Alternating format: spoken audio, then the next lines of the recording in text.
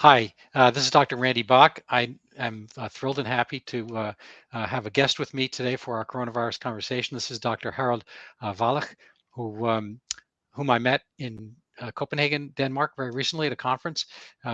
He is a psychologist, and he has, uh, he has the bravery we all aspire to.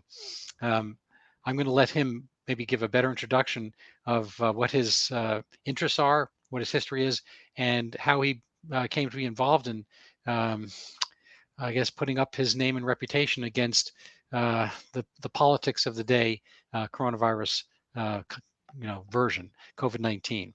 So, Dr. Volek, tell us a little bit about yourself and what you've been up to.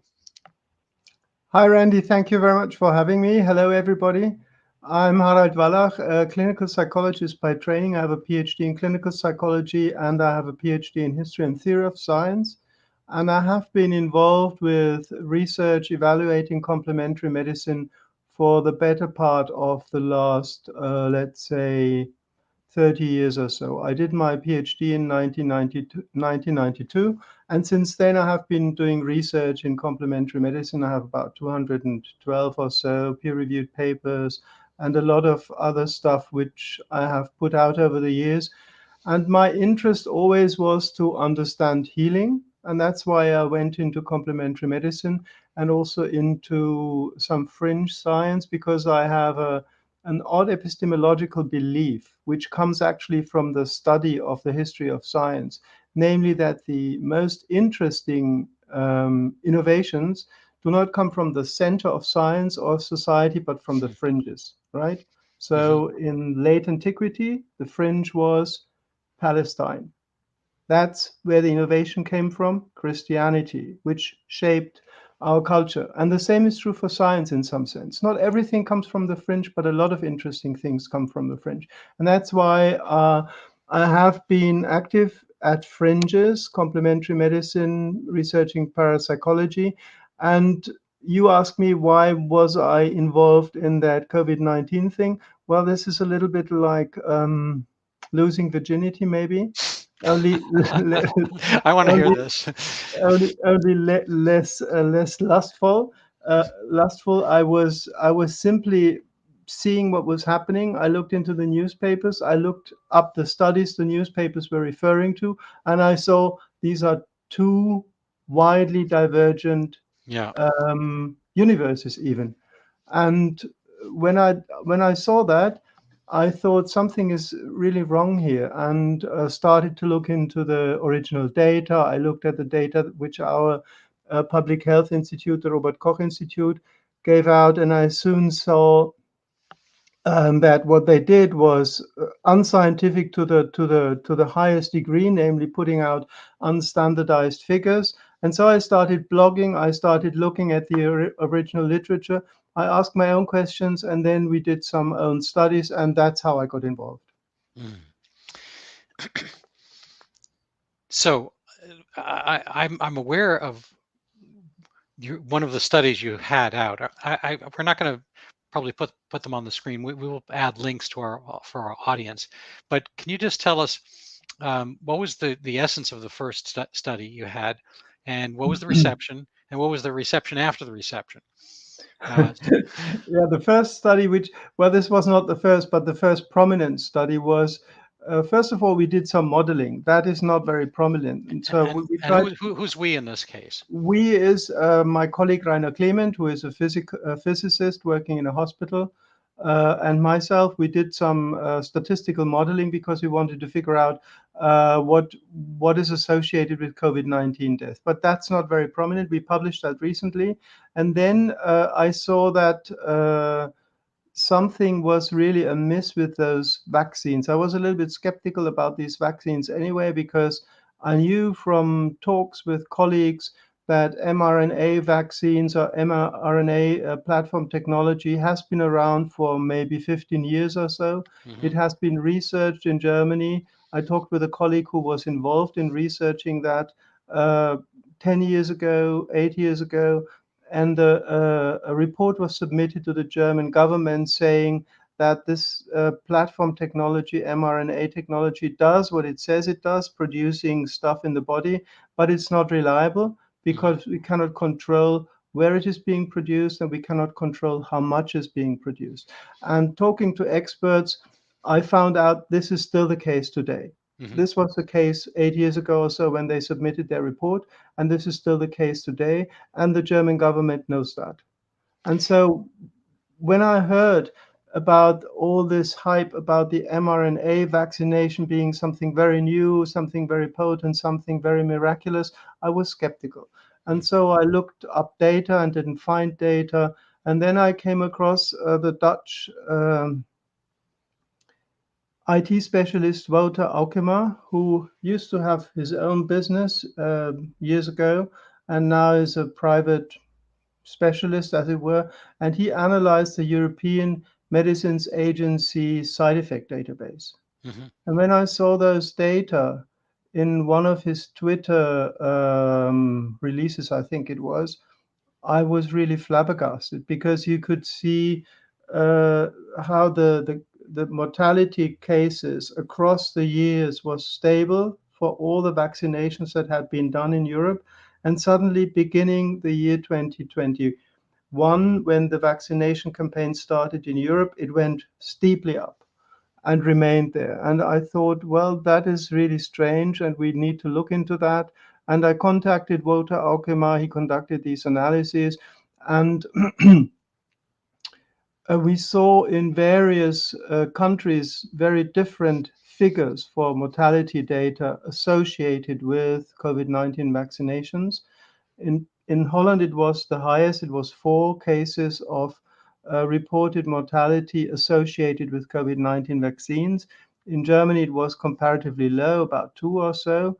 And then we talked to each other and said, well, how much is that in relation to the benefit we can derive? And so up came the idea to do a risk-benefit analysis, which was not there because all the official studies done for regulation and for submission to regulatory bodies for the COVID-19 vaccines, they had only all one endpoint, namely symptomatic COVID-19 disease, and that's not a very interesting outcome because what you want to prevent is the really serious disease or mortality.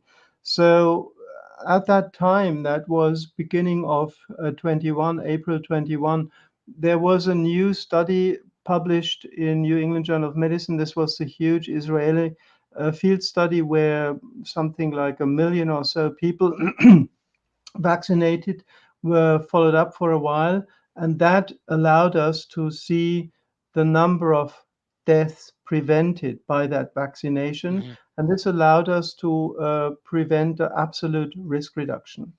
That is a very important figure and statistics because what was presented in the official news channels and in the official discussions was always relative risk reduction, right? So if when people talk about the efficacy of these vaccines, it's always relative risk reduction.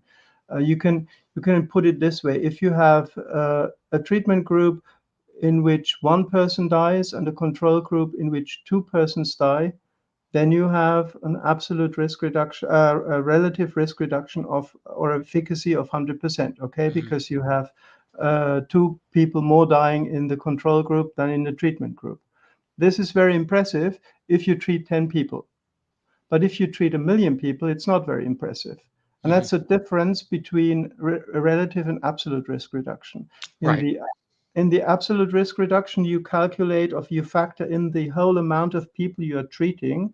So you calculate the number of people that are being prevented from dying, for instance, in the control group, calculated on and standardized on the whole number of people treated.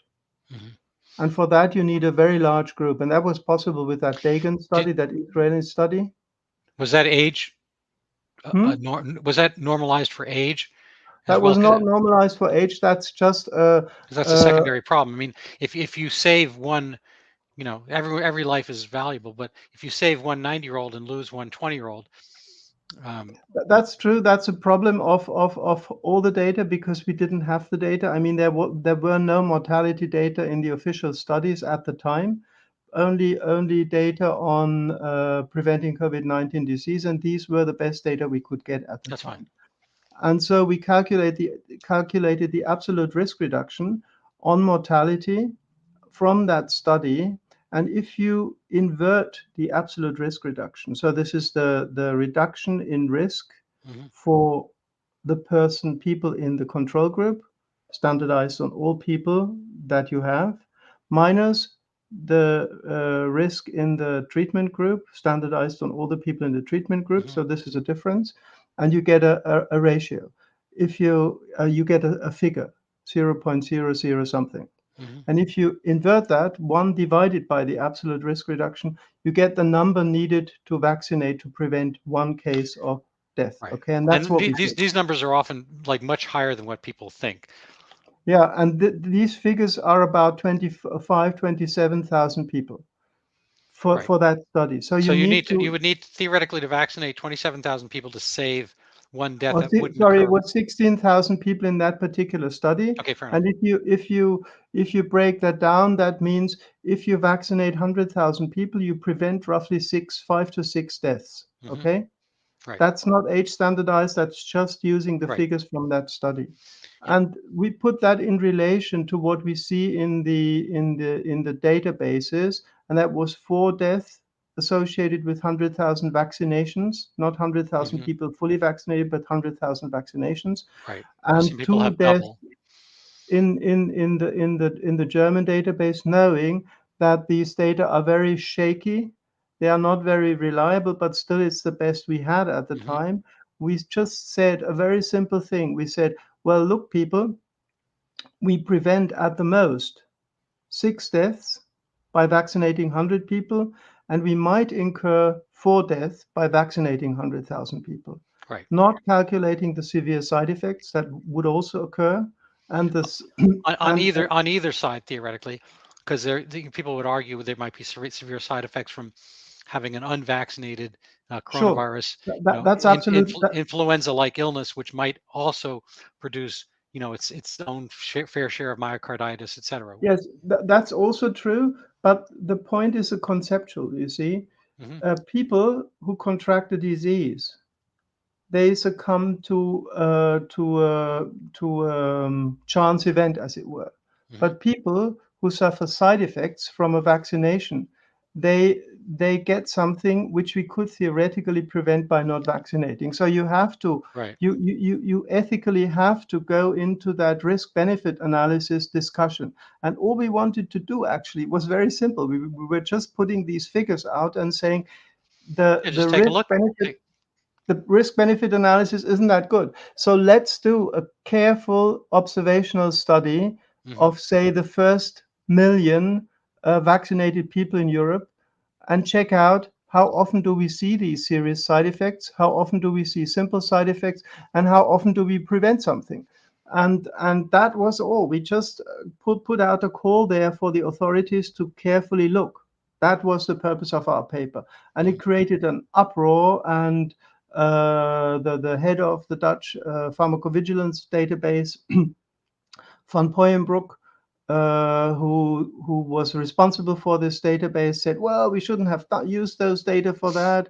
And I must say, if you can't use the data for that, what are they? What are they Well, for? maybe they objected to the way you used the data. Well, of course they they objected against our using that in that way. That's pretty clear. But we published that data. It was retracted. We republished it with another journal called Science, Public Health, Policy, and the Law. And the editor of that journal, Lyons Weiler, he he he wrote a very careful editorial saying, "What are the pharmacovigilance databases for if you are not able to use it for that purpose?" And Right. that's, in my view, pretty obvious.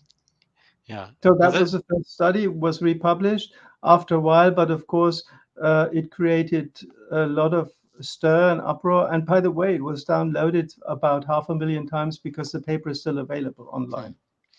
So let's talk about the paper's availability. So there are these two papers, and I imagine you were attacked, probably ad hominem, to the person, I rather than probably was. to I your didn't fact. check out. A You friend of didn't. mine sent me an hashtag saying I'm the object or subject or whatever of an hashtag my name, and all sorts of things are being written about me. Whether I've seen it, I said I didn't see it and I don't want to see it, so I So didn't check it out. that's an admirable quality. You have to somewhat insulate yourself. Ideally, the mRNA is insulated in kind of a lipid Yeah. vacuole, and it's supposed to be dispersed that way. I mean, it's actually useful for a lot of us to keep that type of cushion around ourselves so that we don't get um, pilloried, I guess so we don't feel the defamation that people are hurling at us. But what were the ramifications? I mean, so uh, did you get Well, positive feedback? Did you have professional credit or discredit? I mean, what's the both. I must denouement say here? both. I got both. I got a lot of supporting emails from professionals, from the public, from pharmacologists, from statisticians, from all kinds of people, and I got very derogatory feedback as well, from mostly from the public, also from a colleague who I normally would value very much, but he said this was the worst paper he's ever read, and my university, I was affiliated with the Poznan Medical University, that's in Poland, the biggest Polish university at the time. I was teaching there, had half a teaching position. They canceled my contract, or rather, they didn't prolong my contract, which was up for prolongation at the time. So this was the professional fallout, and the University of Witten-Herdecke, which I was affiliated with a visiting professorship. They froze that visiting professorship and didn't renew it. So that this was the professional fallout. Wow. So financially, that does that sting at all? A little bit. I mean, professionally, I was mostly reliable on my freelance activity, and I still am. And this half teaching position in Poland was a part of the contribution towards it. And I now don't have it. That's all. Hmm. The articles you put up, were they pulled? I mean, first of all, I think your articles are reasonable. I mean, uh, have not. I looked at them cursorily, but I haven't gone into the depth. They don't seem revolutionary per se. It's not as if you are, making a broad declaration that gravity doesn't go down, it goes up, or or whatever it is. It Quite doesn't sound so. like you're trying to repeal the basic laws of nature. You're really looking at a fine point, which is a very reasonable one, which I think insurance um, actuaries look at quite often, which is what are the relative risks, and for a lot of the things that we do in regular life, add smoke detectors or put on a catalytic converter to our car. I mean, we all do these things, or seat belts or helmets or whatever. But when you actually look at the numbers, the number of lives saved oftentimes are in the category of what you're talking about. That you have to do a particular life-saving measure, hundreds of times, thousands of times, hundreds of thousands of times before you'll notice a vast differential in death. And so I think in the insurance slash mathematical world, people are used to these kind of numbers. So I don't think the numbers you're talking about are outlandish on either side, on the vaccine danger part or the without vaccine danger part. Um, and so, I don't think people should be up in arms about it. And frankly, if you're just kind of parsing through the database, unless they think you're malfeasant and using the data, wrong data, inserting your own, they don't really have any uh, legs to stand on in attacking what sounds to be a relatively factual assessment. Um, but I'm sure I'm sure they don't phrase it that way. What was the nature of their ire, their anger at you? Well, I couldn't agree more, I must say. It was a pretty simple uh, overall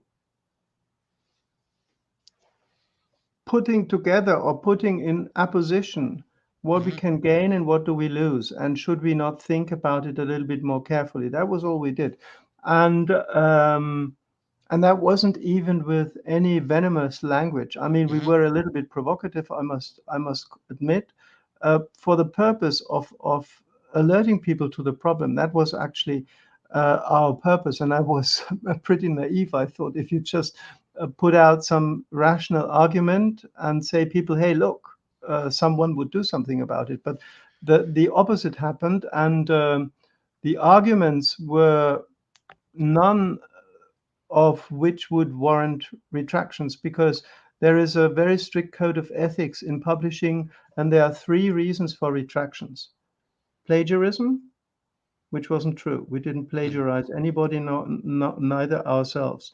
A wrong analysis. Our analysis was never attacked. It's a very straightforward calculation. Everybody can do that with a table calculator.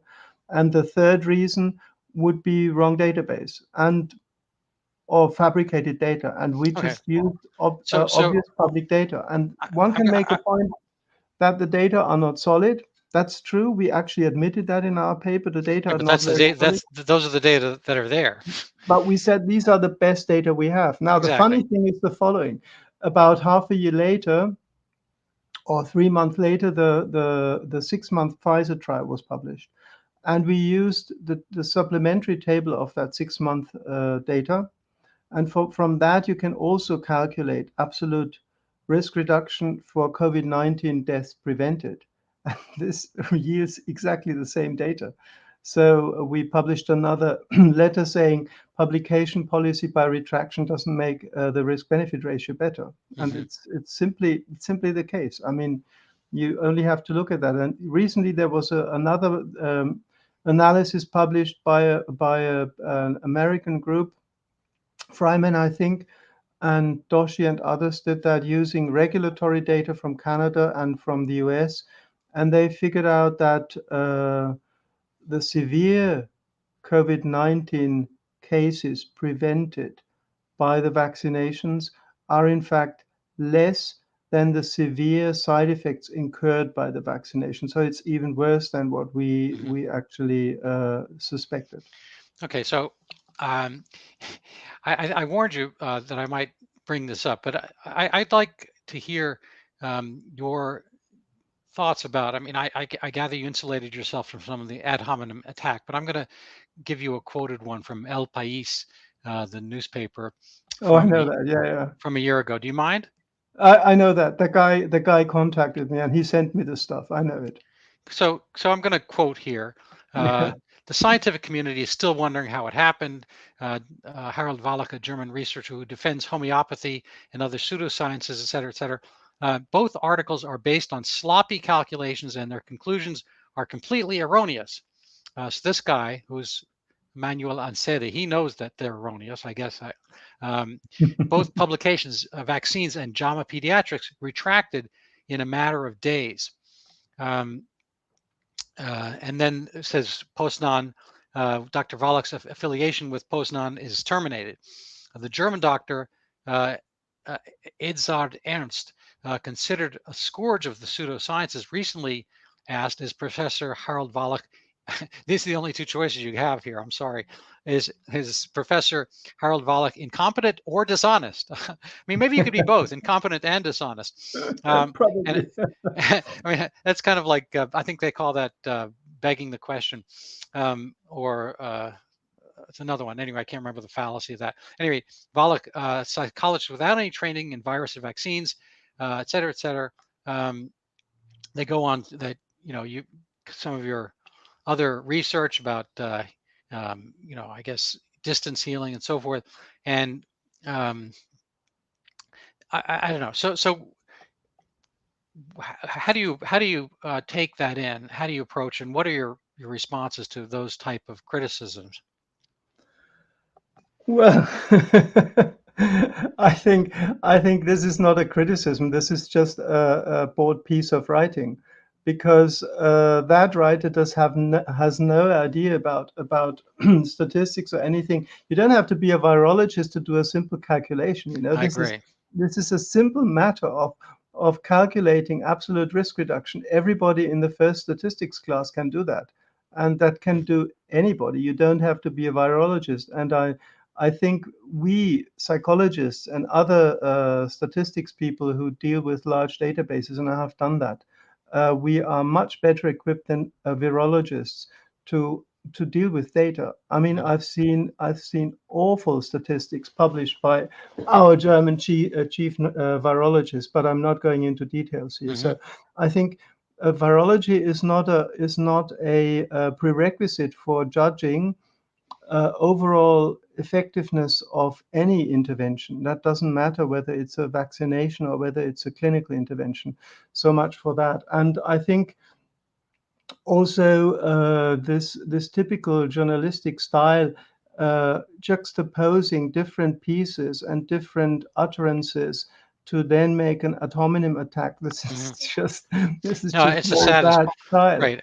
And It's I don't think it even warrants a rebuttal because it's just yeah, and bad. mind you, if you did study, um, I mean, it sounds to me, just from having met you and listening to you, you have a pretty um, how would I put it, a pretty reasonably functioning logical um, machine up in there, your brain, and it doesn't sound to me as if you're necessarily swayed. I mean, the act of studying something doesn't necessarily mean you espouse every aspect of it. Um, and so if you had studied, I don't know, building houses or something like that, you're an architect, doesn't mean you can't also look at numbers that pertain to other issues. So it seems to me that they're trying to cast aspersion to you because of your having looked at complementary medicine. Um, I hope they're not That's coming. not because I of hope us. they're not coming Just for the you. after firefight is just around the corner. I'm sorry. Yeah, no, that's okay. I enjoy, because we have a different sound for our Mm. alarms and whatnot, so it always sounds European when I hear that. Um, so, uh, yeah, no, I agree. It is easy to talk about somebody, you once are associated with this, therefore you can't do that, and they make these associations into larger than life aspects, and it takes away the actual functioning aspect of a brain. That if you got your PhD in psychology or some field that you are somehow incapable of thinking about the numbers in some other field. I'm wondering if you could take on that question. Here is a food for thought for everybody who believes those type of things. If you really work on the fringes, I have done, and if you come from a fringe area, say homeopathy research, which I have done, Hmm. and then want to enter academia, you cannot do that if you do not have research of the highest quality, Hmm. because Right. otherwise you don't get anywhere. Right. Yeah. So no, I mean, I am technically an allopath as a physician, and I have no belief in homeopathy. But that's not to You say should that try people. though. Fair enough. I don't follow or practice acupuncture and so forth, but I think that people can get benefits. People would always ask me as a physician. I mean, famously, I was at a dinner party when I was young, and a woman, a friend of mine, said, I'm thinking about becoming pregnant, but I have a fibroid. Should I become pregnant? It's like, well, it depends. If you want it, I mean, I'm sure for millennia, people had no idea whether they had fibroids, and they just did whatever they did, and they either got or didn't get pregnant. So you can just try and see how it goes. Um, and she's like, well, I don't know, but I have a fibroid. I said, well, look, I'm not going to examine you right here and now. I would talk about this with your physician. What does your doctor say? She says, well, my doctor says pretty much what you said. I said, well, there you go. I don't know. She said, but my acupuncturist, wants to do some more needle treatment and so forth. I said, well, you know what? You do you. It's like I think that in the end of the day, she didn't become pregnant. She adopted, and I don't know. She let the acupuncturist rule, and I don't know. Maybe that's the best choice in her particular situation. Maybe she wasn't psychologically really that invested in having her own child. Whatever. So I think that people do what people do. Um, and there's you could analyze that and so forth, but to analyze it doesn't necessarily mean you espouse things one way or another. And I do think that people, a lot of my patients over the years have come in having seen the chiropractor. I don't really buy into chiropractic, but they have had benefit. And so, some things, can get better with things, or as a result of, or just coinciding collinear with certain actions we do. I think some of that actually is interesting in terms of the the vaccine debate and whatnot. I think a lot of the data that come out are coincident to having had a vaccine, not necessarily causative from, especially as the so-called booster kept getting, the second and third and fourth shots for a virus that had long left humanity's realm. SARS-CoV-2. People are still, until recently, getting "quote unquote" boosters for a virus that's long gone.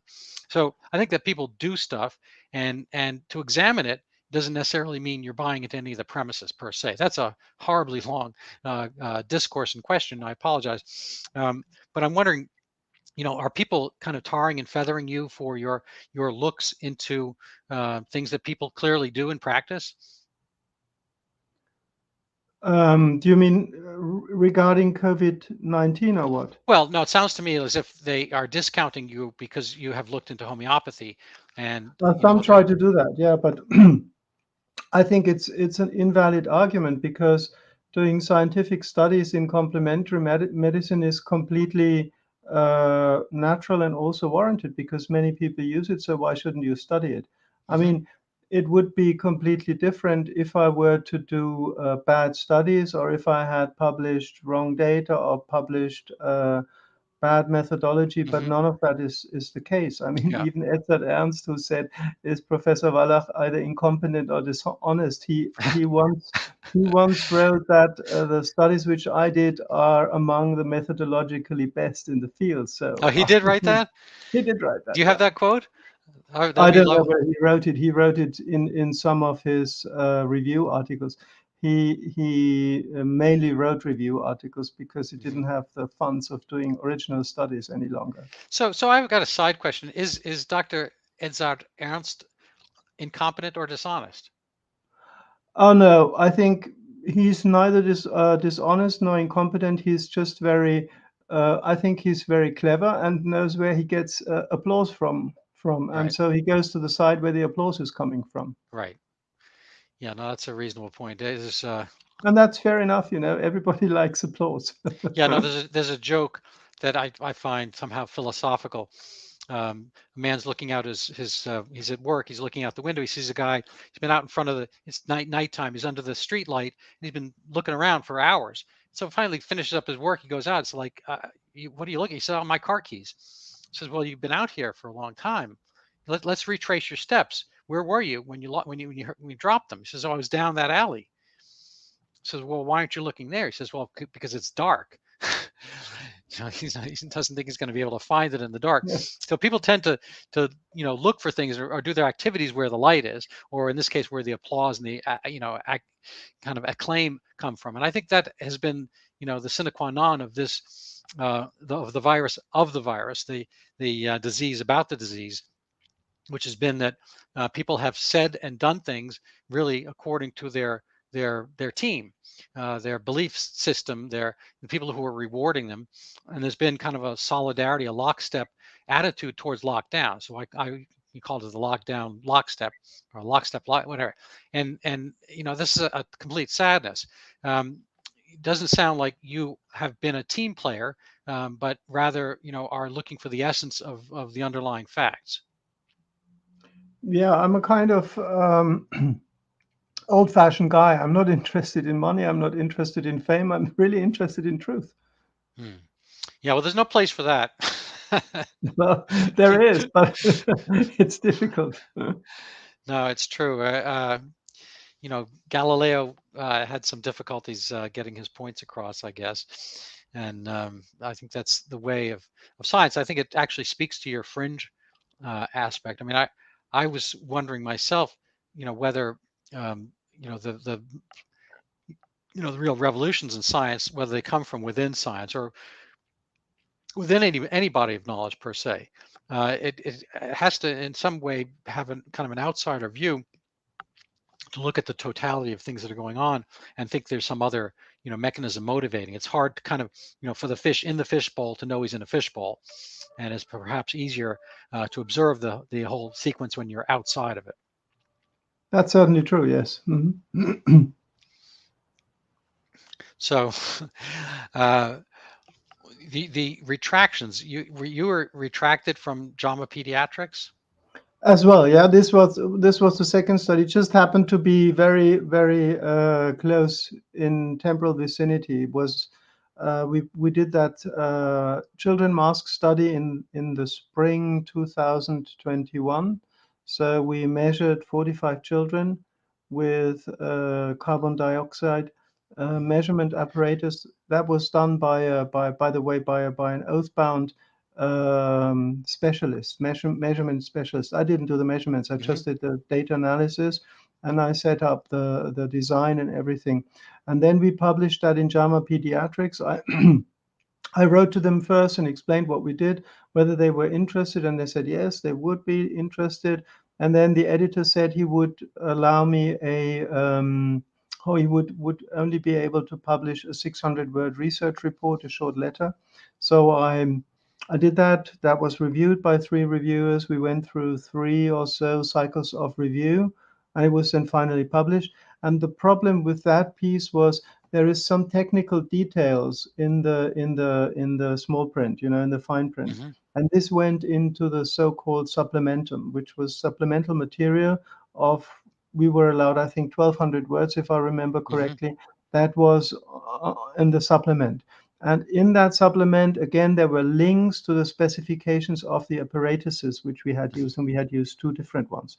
One for monitoring the carbon dioxide content of the air in the room, which Hmm. was different from the one which we used for measuring the carbon dioxide in the inhaled air. And some people mixed those up. Some people didn't look at the specifications. Some people didn't, obviously, not even look at the supplements. They just said that study was crap. And then there was another shitstorm brewing. That's a German And phrase. yeah, and the journal sent me, I think, 14 or so questions, which I didn't find very difficult. These questions were all related to misunderstanding because people did not look at the Right, material properly. right. Well, I think So that's somewhat willful. I think people look when they feel like it, and they look quickly yeah, when they and feel then like. I answered all these questions. They sent me an email. I think it was Friday lunchtime, my time, or something like that, or Thursday evening, saying they need the answer by Friday business closing time, New York time, which meant I had Friday to explain and answer all the questions. I did that, and was a kind of, I don't know, 8,000, 10,000 word document, which I Wow, sent them by wow. Friday evening, my time. So this was well in time. And then on Monday morning, their time, so Monday 11 or 12 my time, I received an email from JAMA. That was not JAMA Pediatrics, the editor. This was the JAMA, I think, central office or whatever it was, Hmm. saying they had received another review. And on the grounds of the reviews and their own internal reviews, they didn't find my answers cogent. They were retracting the paper. Hmm. And then I wrote back saying, could I please have this additional review? No answer. I wrote a second time, can I please have the second review? No answer. But it was retracted anyway. Hmm. And then I used the long version, and we worked on it quite for some time and submitted to another journal, went through a review process. In the end, it was rejected. And then finally, we published it on a second attempt in Environmental Science, which is a very good environmental science Hmm. paper journal, actually one of the best in the field. And they published it, and there it is now available in the long version with Yeah, all but the you details. don't get quite the same viewership. Um, Yeah, I think actually this JAMA Pediatrics piece also had about 500,000 downloads. It's still available. It mhm. just says retracted. Hmm. And the other journal, I And haven't looked basically how the many. claim there is that kids don't do well with wearing masks, or. Well, the claim was very clear. We measured the carbon dioxide in the inhaled air of the children, Mhm. and you see after 3 minutes that the carbon dioxide content in the inhaled air rises from about, we had in the environment about 1,200 parts per million. Mhm. If you breathe outside, you have about 400 parts per million. Right, Inside, you have something like 1,200, right. 1,500. We had, I think, 1,200 in the baseline measurement, and it goes up to 13,000 parts per million after 3 minutes. And this is So a 6 times, tenfold. that's very, very high. This is 6 times above the limit which in Germany is set Right. for indoor air, for Right. what is safe for pregnant women Yeah. and for So workers and so everything. in medicine we learned a technique for this rebreathing bag to diminish anxiety theoretically if you can't find a just kind of a quick To cheap one is prevent hyperventilation, right? yeah, so people Mm, are all, they're mm, spazzing out or something, so they get a paper bag and they breathe in and out a few times. Well, what does that do? Well, basically, it's doing what a mask does. It increases your internal carbon dioxide level, and you're breathing out the mm, carbon dioxide, so that your inhaled bolus of air has higher and higher levels of carbon dioxide, and that causes sleepiness. And so you're basically treating the anxiety in this case by giving them, kind of a sleeping pill. In this case, just carbon, high levels of carbon dioxide, mm. which eventually, if you did it infinitely, would make you pass out and then die. Short of that, it's just kind of enough to kind of put you in a sleepy haze a little bit. And that's our solution for children who have had essentially zero risk of, severe problems and side I effects of I think it's COVID-19 throughout, terrible. with or I think without it's vaccine. terrible because my colleagues at the University of Witten, they had done a review, a survey of about 25 or 28,000 children and their parents, not systematic, but just asking people what symptoms do they experience. And they saw symptoms in 68% of all children, Yeah, mainly sleepiness, and there's a whole tiredness, yeah, headache, da da da, and there's the a whole whole gamut. additional level of what I call the French term anomie, namelessness, facelessness. Mhm. I had a um, kind of a small physical by an employer recently, so I had to go in for tuberculin test. And I went to a kind of an urgent care place locally, and all well and good. I used to run one like that myself, much more personable, I have to say, if I'm to give pat myself on the back. Um, Friendly and whatnot.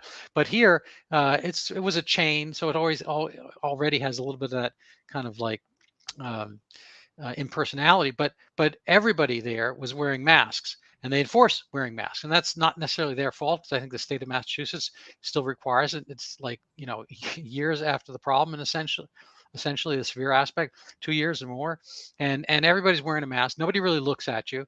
They've got goggles and nets, and wearing the medical assistant saw me. He's got plastic gloves, total scrubs, a jacket over the scrubs, a white jacket, and then a net. I don't even know what this is. It's kind of like a mosquito net, very filmy jacket over that. She had goggles. She had a hair cover. She had two face masks. And I mean, I was only there for a tuberculin test, so it was not, aiming to be a personal interaction. But insofar as it was not. It was not personal. And and here we magnify that or multiply that for kids who are trying to glom onto or figure out a world that's foreign to them. They're kids, so they've only been on Earth 5, 6, 7 years or whatever it is. They have to figure out so many things, and they have to get cues from the people around them, and boom, uh, and on top of that, be rebreathing their own air, and presumably winding up in kind of a less than attentive mode to begin with. Yeah, I quite agree. I think it's committing bodily harm on children if you force them to wear masks. Yeah, no, we have Halloween as a kind of a big holiday here, and uh, there were sets, very small number now, maybe only about 5% of parents with kids who were entirely. I mean, there are some masks for Halloween, but these were like the COVID masks, and at one point, one of the adults I said was wearing a mask walking by with the kid, and I said, "Oh, what are you dressed?" 'Cause some of the adults dress up as cowboys and whatnot. And I said, "What are you dressed as?" And he's like, "What?" And I said, "What's the mask for? Who are you? Who are you?" And I was acting stupid, which is kind of comes easy for me. And he's Now, like, see, "Oh, this is very similar to the previous discussion. If those masks were ineffective but also harmless, there wouldn't be a problem. But they are right, not harmless because they induce the inhalation of higher carbon dioxide. They have all other kinds of hygienic problems, and they don't prevent anything. That's the point. There is zero evidence that And mask wearing in community is exactly preventing in the anything. aggregate, I use a very similar example. I always mention in my podcast that I'm pro-vaccine. I think the right vaccine for the right time is the right thing. But for instance, I have not had the yellow fever vaccine ever. I have no plans on getting the yellow fever vaccine. It might be a wonderful vaccine, but there's no reason for me to get it here and now. And at some point, maybe, if I don't know, if I go to, upriver in Ghana or something like that, maybe I will. But there's no reason for me to get it. And there's no reason for a child to get a COVID-19 or COVID-21, Omicron or whatever, any of these vaccines. It's absurd. COVID-40.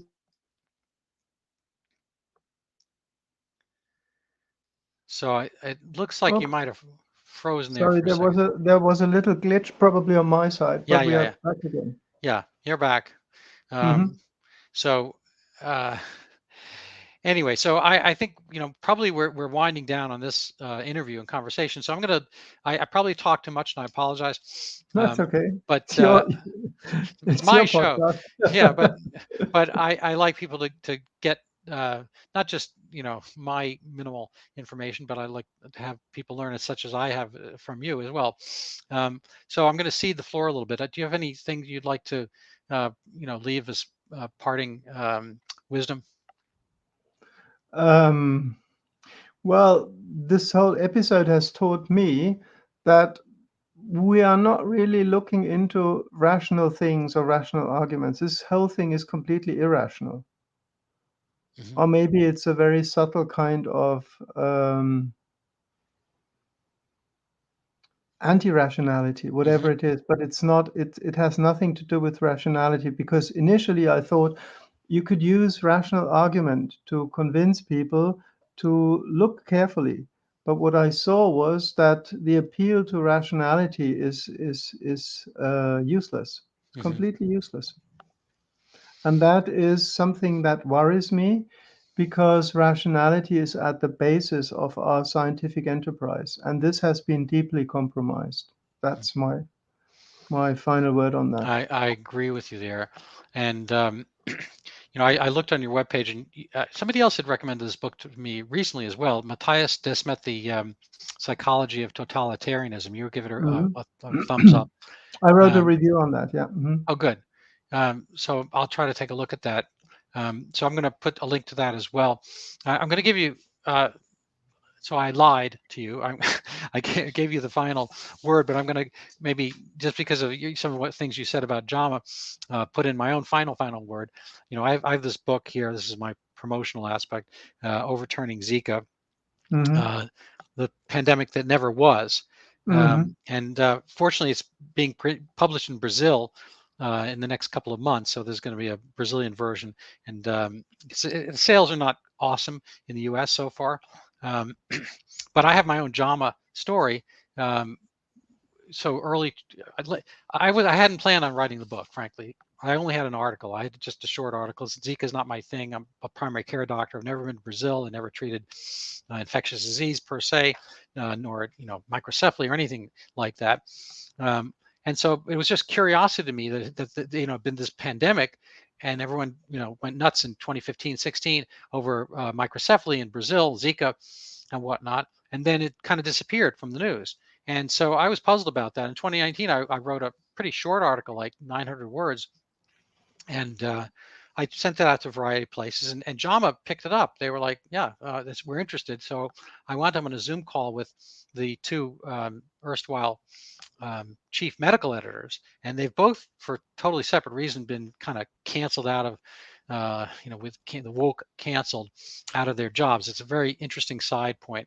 Anyway, but I'm on the Zoom call with Doctors Bauschner and Livingston, and they're interested in putting my article up as a commentary piece. And Livingston, said it was kind of interesting, and I don't really see any quibbles with it. And you might be right, you might be wrong, but I think it's well worth putting out there. But but so I was kind of thrilled for the instant, and then the but came, and he said, but we're at a juncture right now in early 2020 where this COVID 19 is coming around, and we don't want to sow any doubt in the public health establishment. and your article would do that. I said, well, I mean, I don't think it would do that because people are fallible. People hit things right and they hit things wrong. I'm sure Newton wasn't always right, nor Einstein, or whatever. And so, I think it makes everybody human if you can acknowledge that there are some issues and problems and give people a chance to, understand that they have a voice and they, I mean, I don't think any human is infallible. And he says, well, yeah, no, we're not going to do that because we have to kind of stand in league with so forth. And I kind of, I'm not sure I said this precisely, but I said something along the lines, well, my bad. I thought you guys were a medical science journal. Rather than a kind of political, branch of government edicts. And anyway, so that ended that. I'm sure it was not divine retribution, but they both lost their jobs, as did the chief science writer of the New York Times, Donald McNeil, with whom I also had a very similar conversation. And he literally wrote the book on Zika as it was coming out. Anyway, so my point here is that, people do people things. And I think there's a lot of kind of group dynamic that has more to do with what they want to be rather than what is.